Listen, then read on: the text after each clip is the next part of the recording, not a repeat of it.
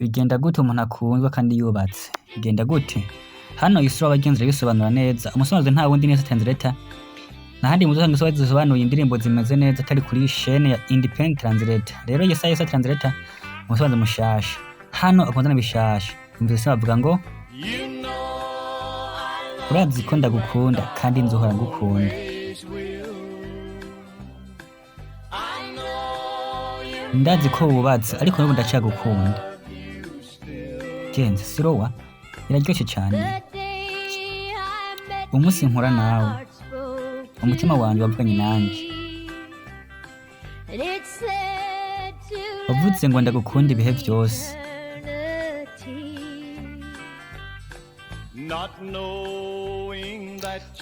Sinamenye ko wari umugeni wundi.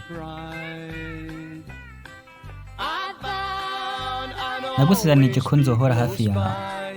Genzi sirowa iryoshye ukuntu umuntu akundwa kandi yubatse. Urazi ko nkukunda kandi nzohora ngukunda.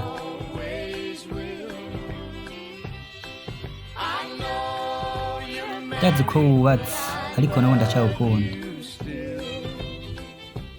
Umusobanuzi nta wundi rero translator ugenda kuri chaîne ya Independent Translator ukacugira sabone na jeme na commentaire kuma video baba hari maze usanga n'abandi bakumviriza. Nta wundi musobanuzi mushasha mwaraza neza bijemo neza atari Yesaya Translator.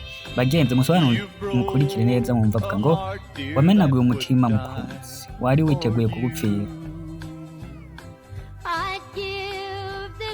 No guhisi mukunzi kugira mbe wawe.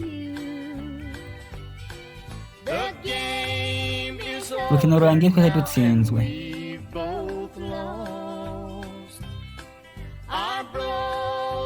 Imitima yacu yababaye niyo izokwishura ikigutsi.